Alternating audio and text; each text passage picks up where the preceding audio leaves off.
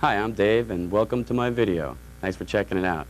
We're going to be covering some basic hand techniques today, some basic exercises to give you some strength and speed, and we're going to go into some slap studies so you can develop some funk bass lines on your own, and then we're going to deal with some improvisational ideas, dealing with the modes and sequences derived from the modes. Before we get started, though, let's tune up our instruments. First, we'll do the high G string.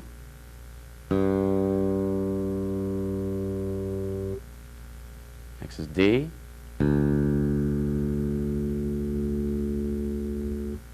The A string. And E.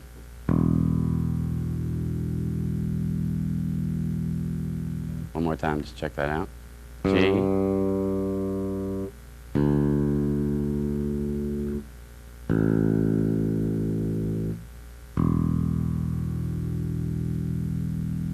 All right, let's get to it.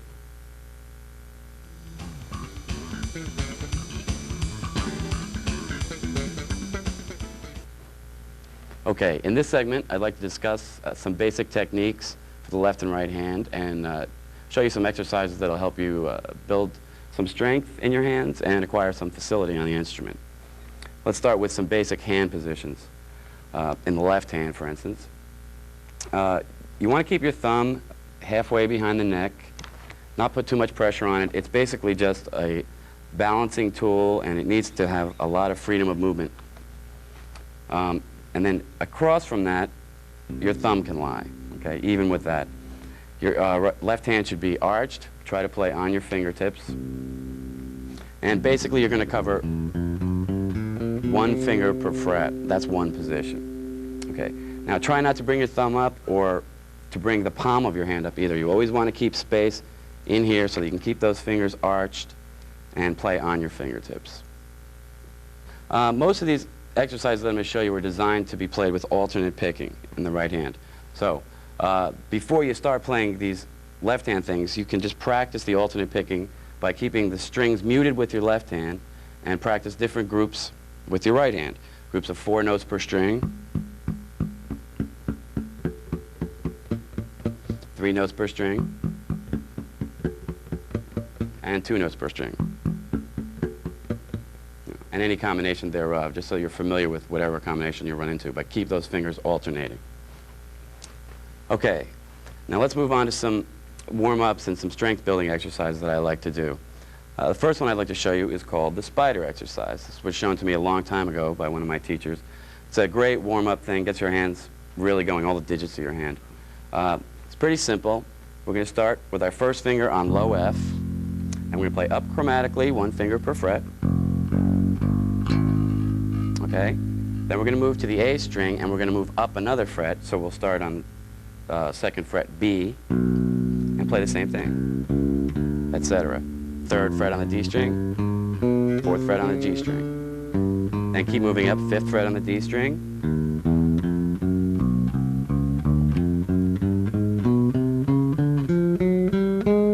okay, and you want to end up on high G sharp, the 13th fret of the G string. Make sure you're alternating. Okay, then we'll go backwards from there using our 4th finger as our guide, and we'll go back 4, 3, 2, 1, going down 1 fret and 1 string at a time.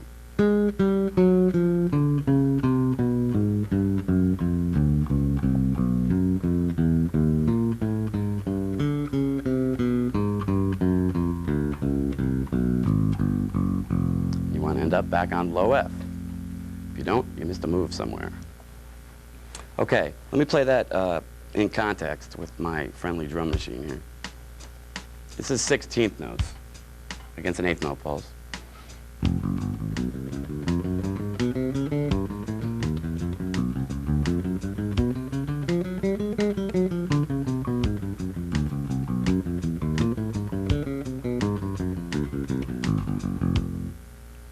Okay, great.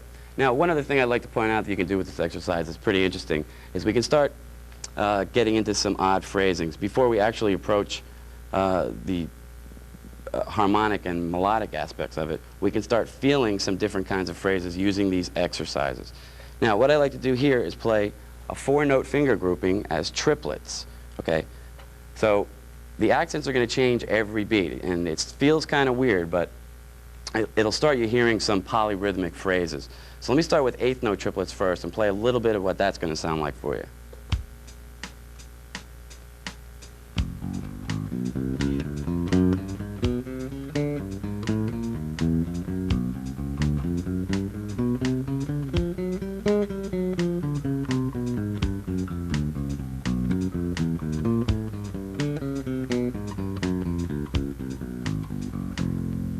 Great, okay. Now it can get really interesting if you take it into 16th note triplets.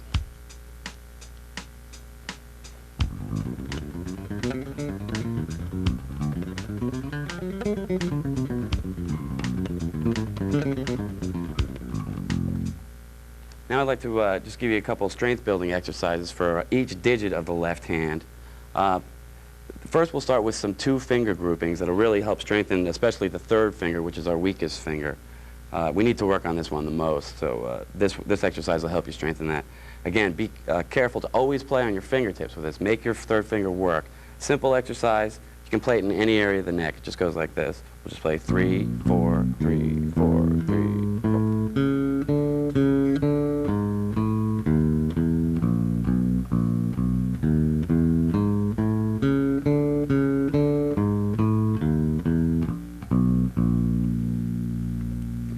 It's pretty simple, but it really lets you be conscious of what your 3rd finger is doing. Then we can work it even further, play 2, 3. Same concept.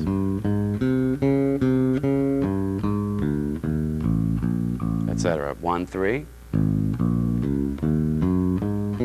Then we'll go to 1, 4.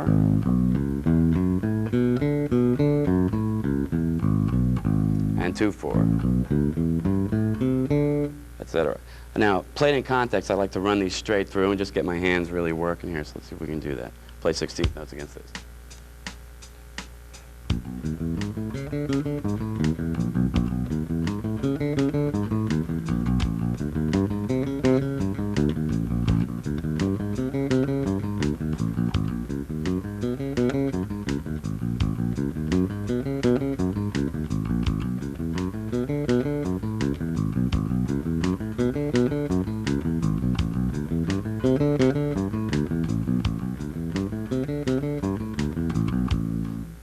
As you get the metronome markings up on that, that'll really give your left hand a workout. Just be careful, don't strain the muscles in here. It can get tiring. All right, we can also play some 4-finger combinations. Obviously, there's a lot of different ones. You can use any combination of 4 fingers to get a different exercise. I'll just take 1, 3, 2, 4, again, starting on the 1st fret on the E string. Move up to the A string. Now, once I've played it on all the strings, I move up a fret. Play it on all the strings in the opposite direction.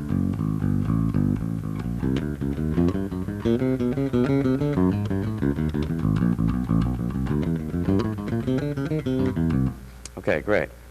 That can be really tough when you get into some of the more complicated ones with the 3rd finger, and again, when you start pushing the metronome markings up.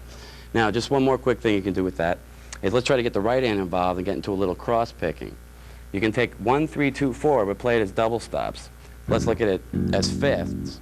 And we'll start on the low F, but we'll skip 3rd finger to the A string. And 2nd finger back to the E string, 4th finger on the A string. And then we'll move it just like the previous one.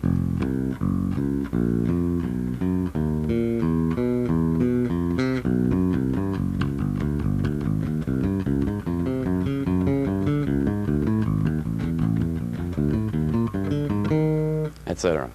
And you can take that even further too and do three string combinations, play octaves, if you really want to get crazy with it. All right, now that you've acquired some strength, some dexterity on the instrument, let's cover one other aspect of bass playing you're going to need to deal with, and that's developing a reach, or opening up your hands. These are some stretching exercises that I think will help you do that. As a bass player, we're going to need to cover one more fret than a normal position comfortably, and that can be quite difficult because of the scale of the bass. In other words, our normal position would be first finger to fourth finger is 4 frets. We need to be able to comfortably play first finger to fourth finger 5 frets. Okay? Now I think these exercises may help you start developing that reach. This also becomes important if you start playing really involved voicings or anything like that. Again, we'll start on low F. And the main thing here is to keep our first finger planted in the first fret because we want to go for maximum stretch. Okay? Then let's go as far as we can to the 5th fret, keeping our first finger in the first fret. And then just work it across that first fret. Here we don't want to move up because this is where the maximum distance is. Now, that may be a little tough at first, so you might want to start a little higher on the neck. Let's say A to C sharp.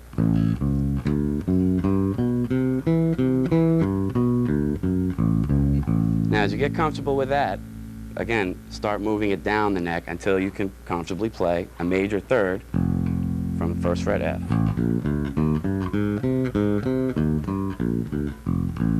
Okay, that's 1 to 4. Then we want to stretch 1 to 3 and get a 4 fret reach.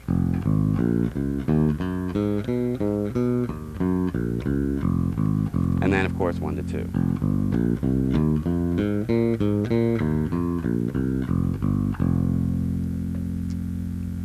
All right. Now, one other thing you can do with this is 3-finger combinations. These really start working your hand also. First one we'll do would be 1, 3, 4. The 3rd finger stretching to the 4th fret, and then the 4th finger to the 5th fret.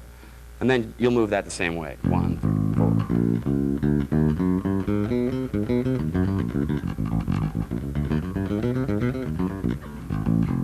3, 4. Okay. Then 1, 2, and 3.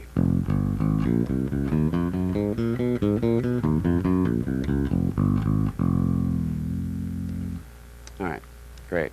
One other thing about stretching, these things can be painful at times, so don't overdo it. You can really hurt your hands by playing these too much or too often. If you start to feel pain, stop playing. You're just going to be damaging things. So stop playing, shake your hand out, and relax for a few minutes. One thing I found that really helps me loosen up is to go back to the spider exercise. And that really loosens my hand up and makes it feel a whole lot better. All right, now you've got a whole repertoire of exercises that are strictly non-musical. They're just gymnastics, they're just for conditioning, and that's okay, but don't lose sight of the priorities. The most important thing is to develop a good musical sense. These are just conditioning exercises, and if you get too caught up in them, you'll lose a lot of time you should be spending on learning how to play music. Now, while we're still in the exercise segment, let me show you one exercise that's going to start you thinking more musically, but still use a lot of the techniques we've just talked about. It'll help you work on stretching and some various other finger techniques. Now, what we're going to do is 2-octave arpeggios, okay? Major to minor, alternating up the neck. Let's start with a 2-octave F major arpeggio. Again, first finger on the E string, first fret. Then that's going to go to 4th finger. Then 1 on C, F, stretch your 4th finger up, 1. Now here's where you have to be conscious of your top note at all times. You have to be looking ahead for that top octave. That's a big jump, perfect 4th on the G string. And then back down, let's make it even a little more complicated and use an alternate fingering, one that sounds better and feels a little better for descending. So now you'll have to think of 2 things for each arpeggio. We'll come down 4, 1, 3 on the D string, A note, 4 on F. So we're rolling across here. Stretch down to C, 4th finger, and 1st. So that looks like this in its entirety.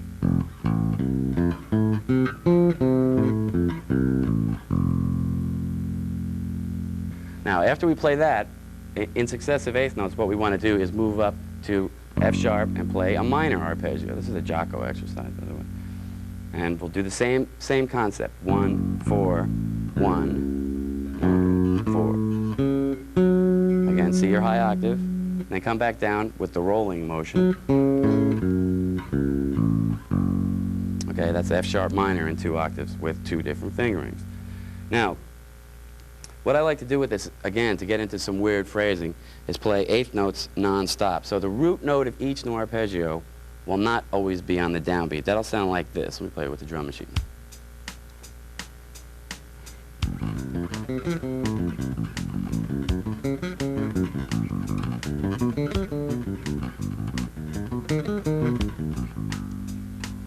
Okay?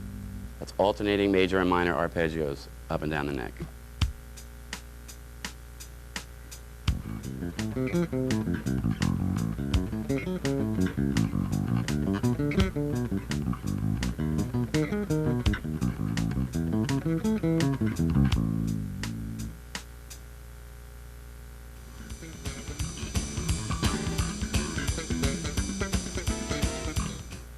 Okay, this next segment is going to deal with slap style playing. I'll try to give you a few different exercises and ideas you can use to develop some funk lines on your own. Again, I want to start with some basics of this style. It can be a little frustrating if you haven't done it before, so let me give you a few pointers just to get you rolling, and then we'll get into some more complicated ideas. Okay, now, the hardest thing at first is to just produce a good, consistent sound, with your thumb especially.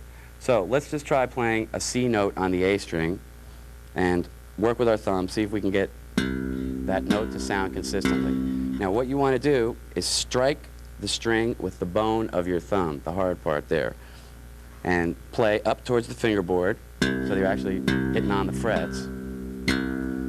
And another thing you want to consider is that it's all in the wrist. Don't try to pick with your thumb. Use your wrist to slap. It's actually slap style. Now, the next aspect of that is we're going to start popping with the first finger, or if you're more comfortable, the second finger of your right hand. I use my first finger.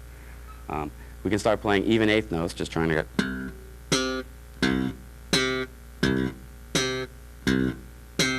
Now, what we should do is move that idea down to the E string.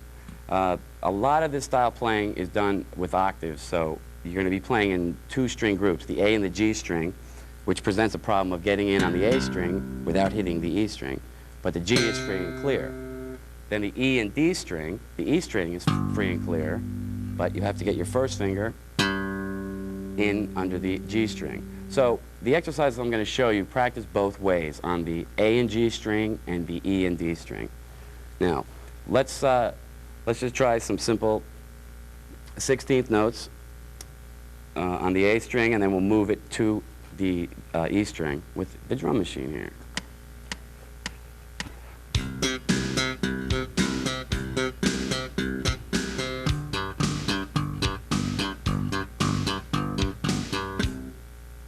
Okay, once you're pretty comfortable with that and you're getting a good sound all the time from your thumb, you can start moving around a little bit.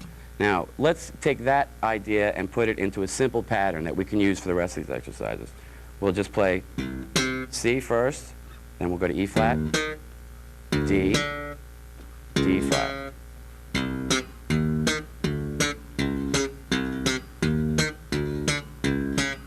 Then play that on the E string.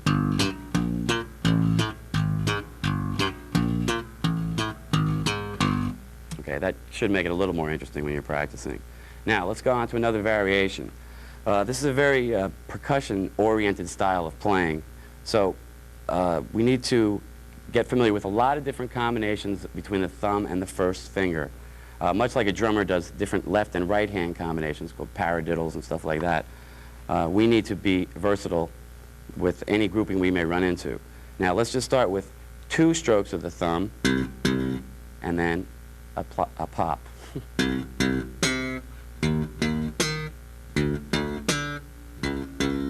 Now let's put that up to tempo.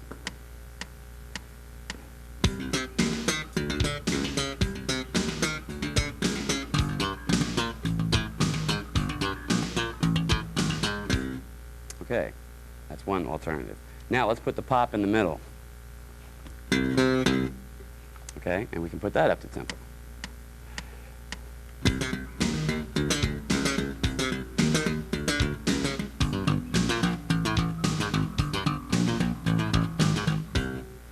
Great. Now let's play two pops on top.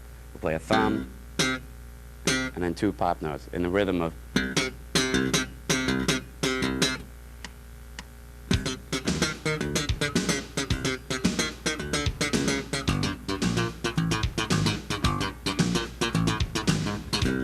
Okay. Next technique I'd like to show you is called ghost notes or muted notes.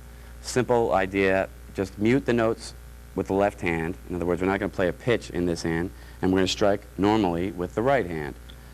You just want to avoid getting any tones on the left hand. And you want to be very careful not to play over harmonics so that they start sounding. Strictly percussive. Now, let's try an idea using regular notes and ghost notes together. We'll play thumb pop with the C and a C octave, and then we'll mute the next two 16th notes. So it will sound like.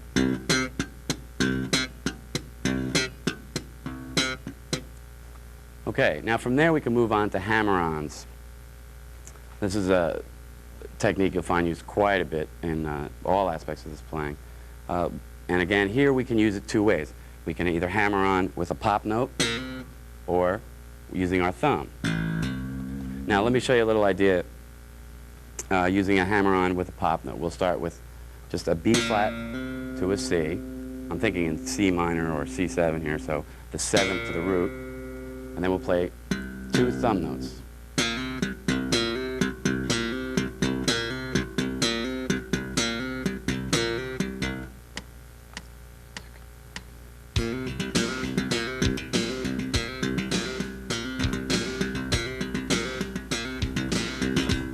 Now let me show you a lick you can use that'll incorporate both hammer-ons and some ghost notes. We're going to start with that same hammer-on from the B flat. Then we're going to go to two ghost notes with our thumb, and then hammer-on from F to G. Then and two more ghost notes with the thumb. Go down to the first fret on the D string, E flat. Hammer-on from E flat to F, first to third fret. Do one ghost note with the thumb, and then grab the B flat and slide to C. So it'd be.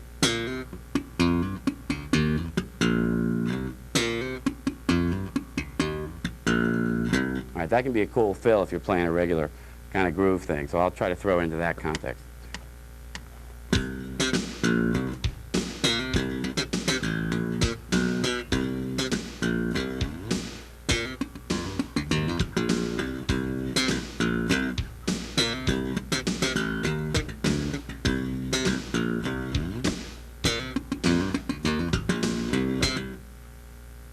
Let's move on to hammer-on using the thumb. We'll start with an open A note and hammer on our first finger C there. Then let's play another C with the thumb and then grab the octave. So we have 4 16th notes that sound like this.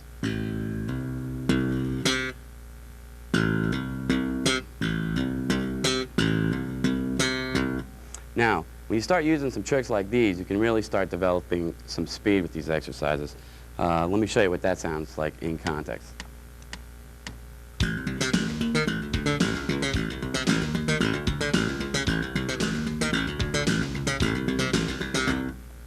Okay, you can also use this technique for this little triplet fill that I do.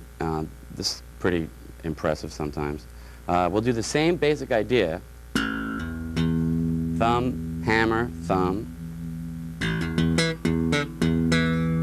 And then we're just going to do some regular plucking up top. And if you get it fast, you can start sounding like.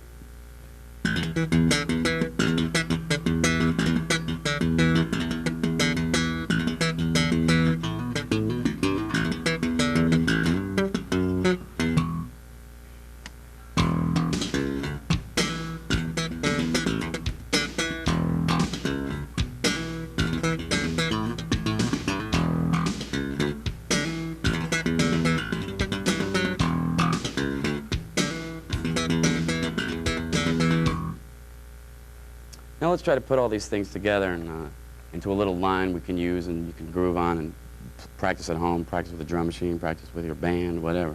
It's a lick that I've liked to play and a lot of my students seem to enjoy, so I'll show it to you. It sounds like this, and then I'll go through it slowly and show you step by step.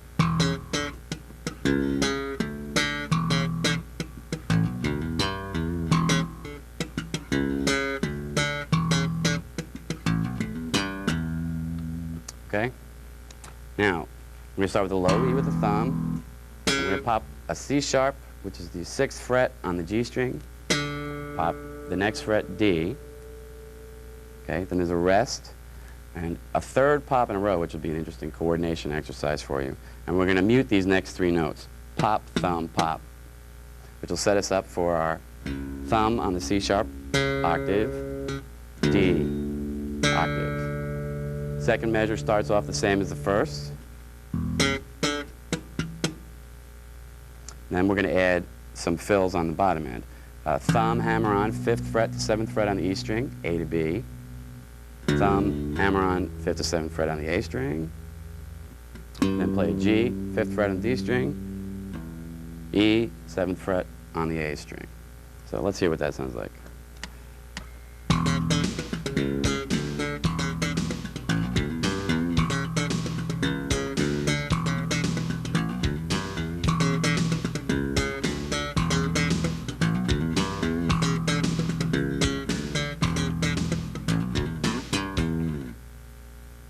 The last thing I'd like to talk about in terms of slap style playing is a technique called left hand muting.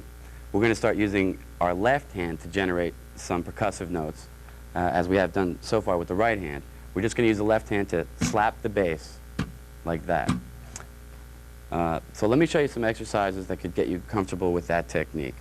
The first one, we'll just play an open thumb note, then we'll slap the bass with our left hand, thumb again with a muted note, so you'll keep your left hand down, and then a 4th note, thumb open. That's 4 16th notes.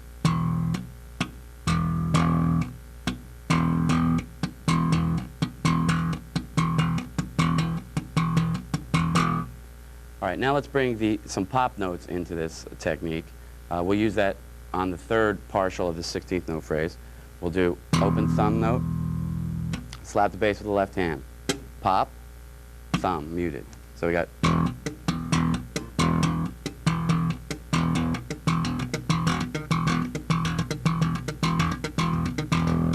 All right, lastly, let's try to put the pop note 4th, and we'll play an actual note. We'll play a D on the 7th fret of the G string. Okay, so we'll have thumb, slap with the left hand, mute, pop the D.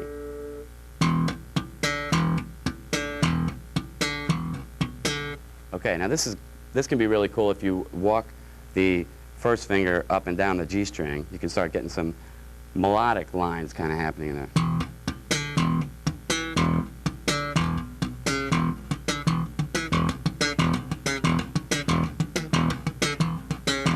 Okay, so you can experiment with that and see where it leads you.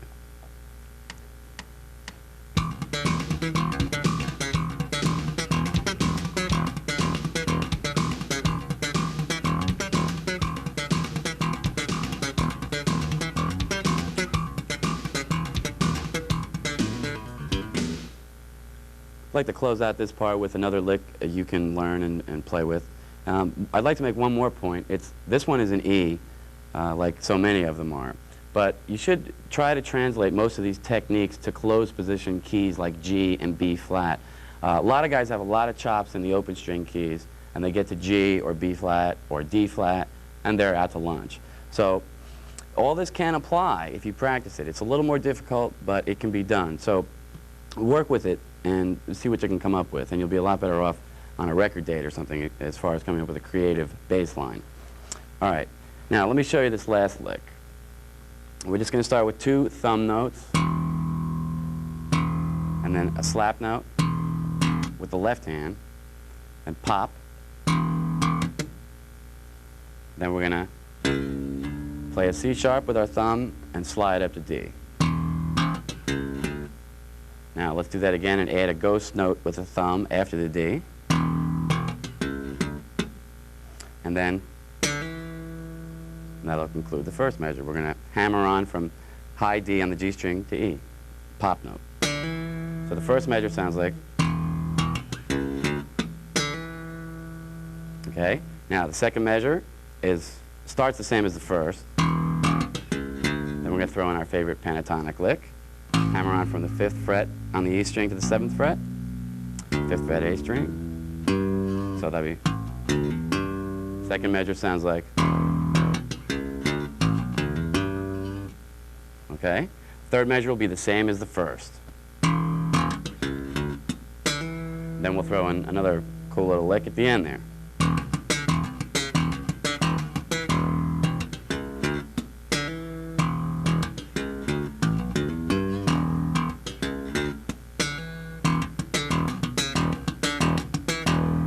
Okay, that's the whole lick.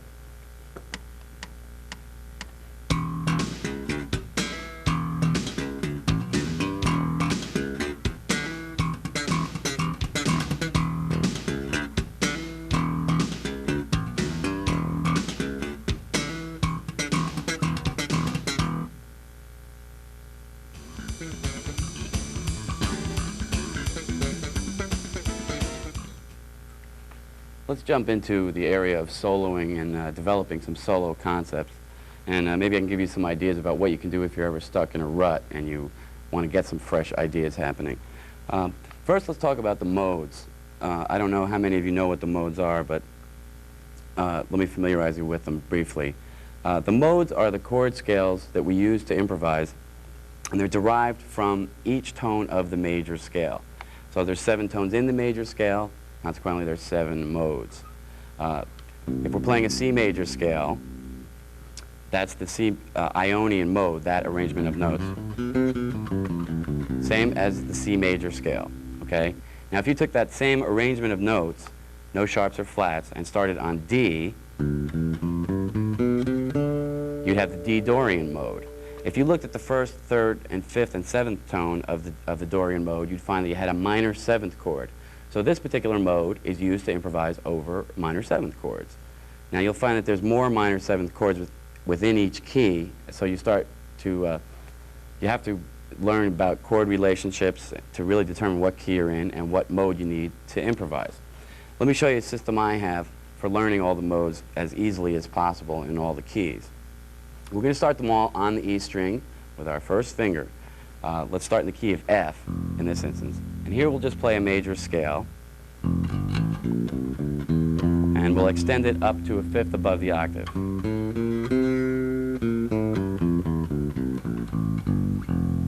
Okay.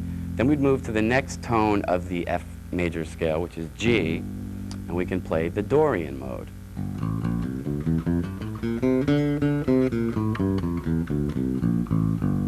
Now, with all these modes, there's basically only going to be 3 fingering combinations.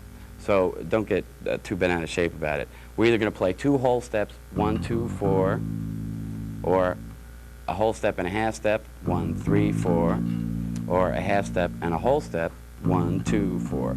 So as you're learning these modes, apply that to it and you'll be pretty right on as far as fingering is concerned. Now, another thing is, in each key, there's only 7 fingerings. So once you learn the shapes, you can transpose them to any other key. So there's really only 7 shapes to learn, and you're there.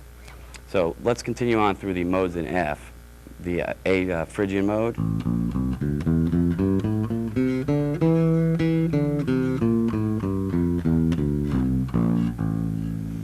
Okay. B flat Lydian. It's a lot like a major scale with a raised 4th.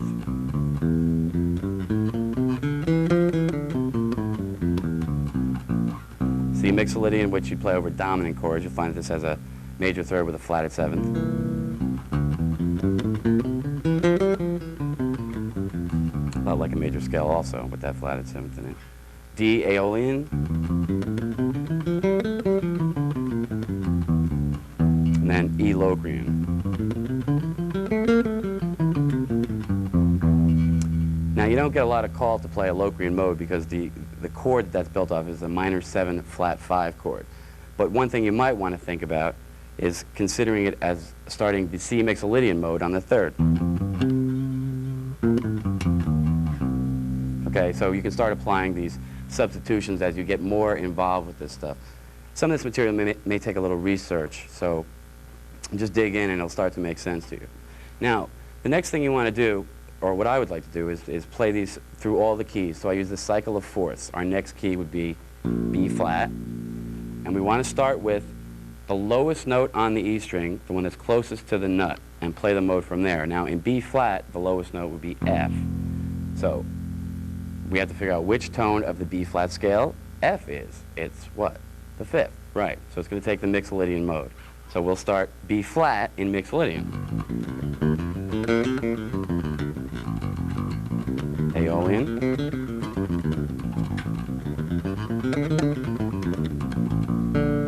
Etc. Now, just to give you an example, let's try a couple sharp keys, like A would start where? Right, F sharp Aeolian.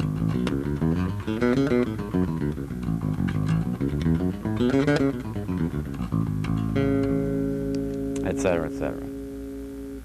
Okay, now let me show you a couple exercises that I do with these to get familiar with them and go through the keys. First thing we can do is just play straight 16th notes up and down and keep moving the modes up the neck. Let me play with the drum machine here.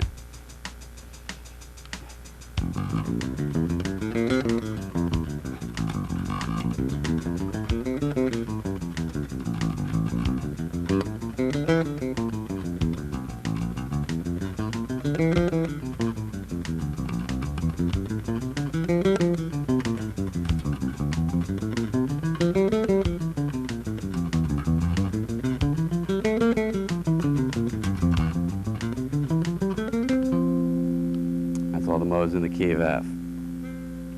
If you can take this through all the keys, you'll really start to get a good understanding of keys and key relationships, chords, and their chord scales, and you'll really start to know the fretboard really well.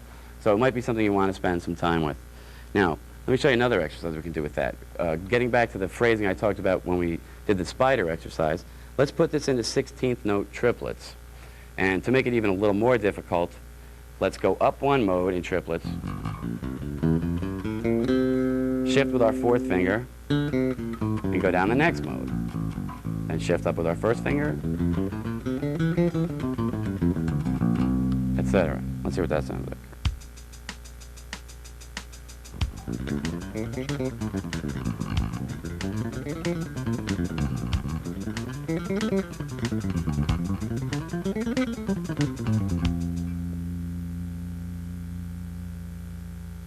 Before we go on to developing some lines and licks using those modes, let me just touch on arpeggios briefly.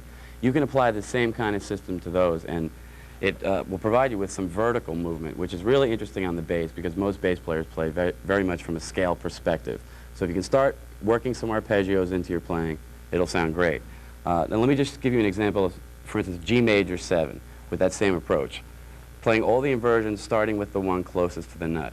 Now, the note in G major 7th that's closest to the nut is F sharp, the 7th. So we've got to figure out the four shapes for this chord. We'll start with the 7th.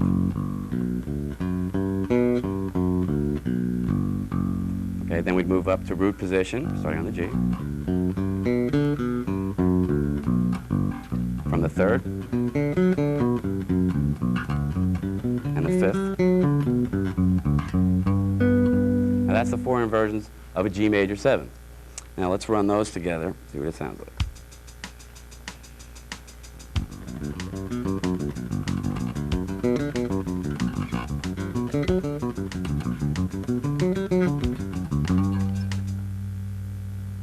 Now if you can start putting those together and then do the dominant chords and the minor 7th chords and minor 7 flat 5 chords, you'll have a real good understanding of harmony and a real good understanding of the fretboard.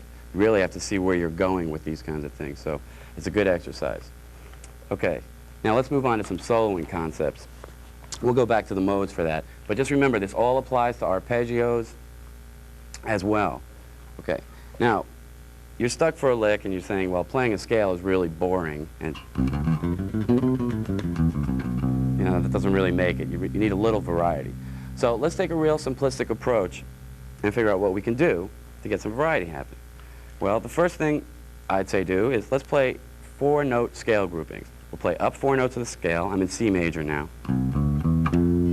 Okay, then we'll go back to the 2nd note of the scale, D, and play a 4-note group from there. Okay, etc.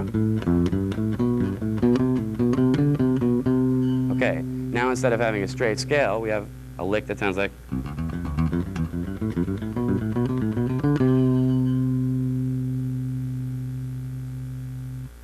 Now you can reverse that lick on the way back and do the same thing. Say we're starting on the 5th of C. You can just come down in groups of 4.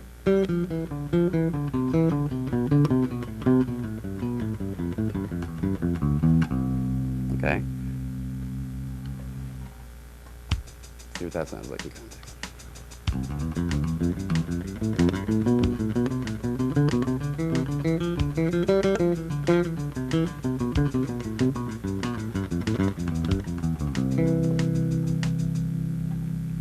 Okay, now that's one idea to get you started playing some licks, but you go, well, that's not that hip. You know, it's still pretty straight ahead. You can really hear the scale. So what can we do to change it up? Well, let's do something with it rhythmically. Let's displace it by 1/16th note. You can take that exact pattern, and by starting it on the of beat 4, you can get a much cooler sound than just playing it on the downbeats. So let's hear what that sounds like. 1, 2, 3, 4.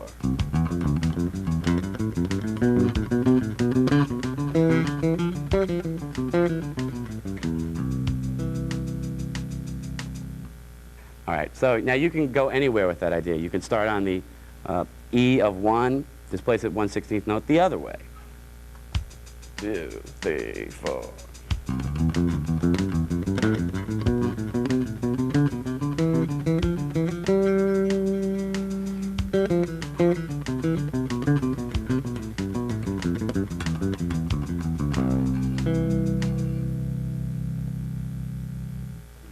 Okay, we can take this concept even farther out and start introducing some polyrhythmic ideas like I discussed earlier. And we can take these 4-note groups and play them as 16th note triplets, where the accent will be changing every beat, and it's going to be the exact same pattern, but it's going to feel weird rhythmically, so you should work with it slowly at first. Let me play it as 8th note triplets first, and then 16th note triplets.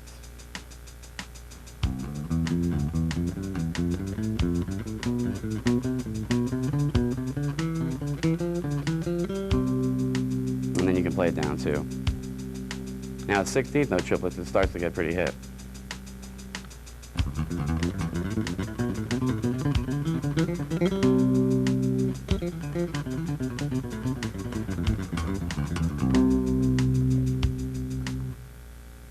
Okay, now that's a lot of material right there. Remember, apply it to the arpeggios and all the different modes, and you'll have a wealth of solo material.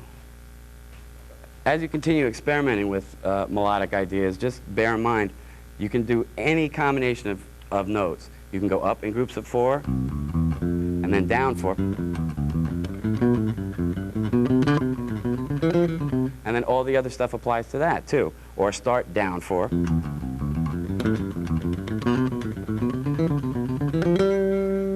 And again, the rhythmic variations apply, the 16th note triplets apply. So just from those 3 patterns, we've got about 40 licks to deal with. Now, if you really want to get strange, you can get into some of the things like Jocko did. His phrasing was based on 5-note groupings, but as regular 16th notes. So here's the next step we can go to. Instead of just 4-note groupings, we'll take it to 5-note groupings. So he would take a 16th note pattern. He would play regular 16th notes, but phrased in groups of 5. So he'd start the scale going down.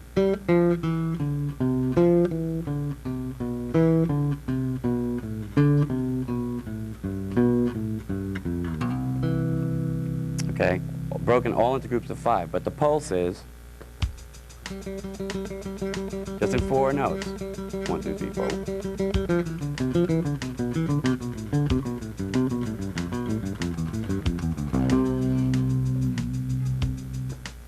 Okay, you can also extend this idea to 6 notes, and this works really well with the pentatonic scale, which is a 5-note scale, but if you add the low octave onto it, of the starting note, you can make it a 6-note pattern. Let's take the E pentatonic scale starting on A, on the 14th fret of the G string.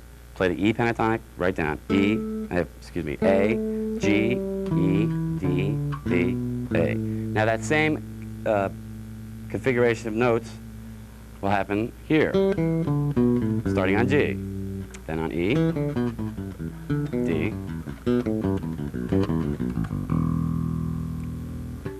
Now, if you play that straight down, it starts to become a pretty cool lick for descending.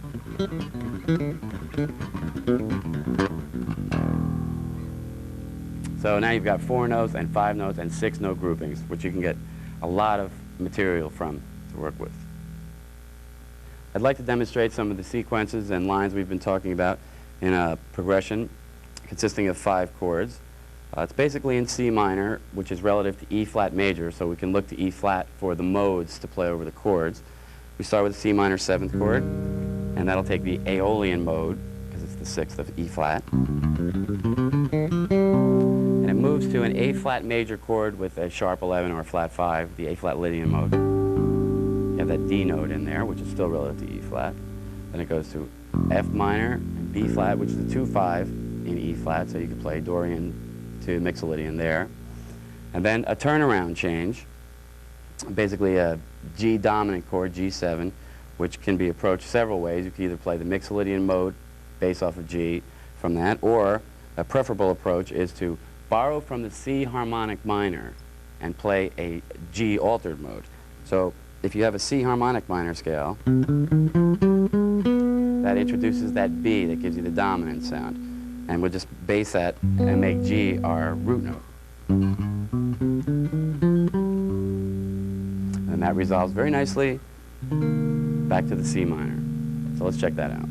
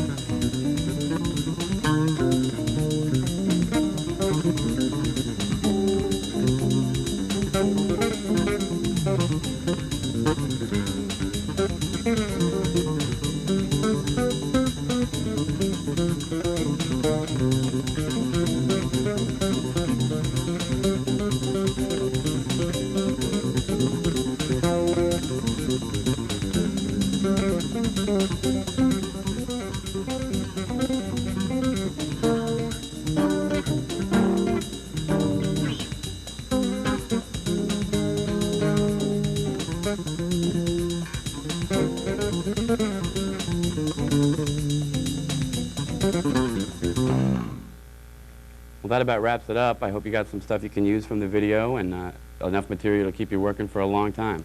Practice hard, and I look forward to hearing your next record. Thanks.